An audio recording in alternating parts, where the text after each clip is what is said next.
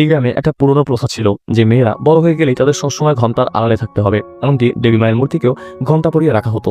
যদি কোনো মেয়ে তার মুখ কারোর সামনে দেখিয়ে ফেলতো তবে সেটাকে অশুভ মনে করে তাকে বলি দিয়ে দেওয়া হতো। এই কারণে গ্রামের মেয়েরা কখনো ঘুমটা সরাতো না। এই গ্রামে সুব্বু নামের একটা মেয়ে থাকতো। তার বাবা সারাদিন মাইকে চেঁচিয়ে পর্দা বিক্রি করতো, যার ফলে তার গলা বসে যেত।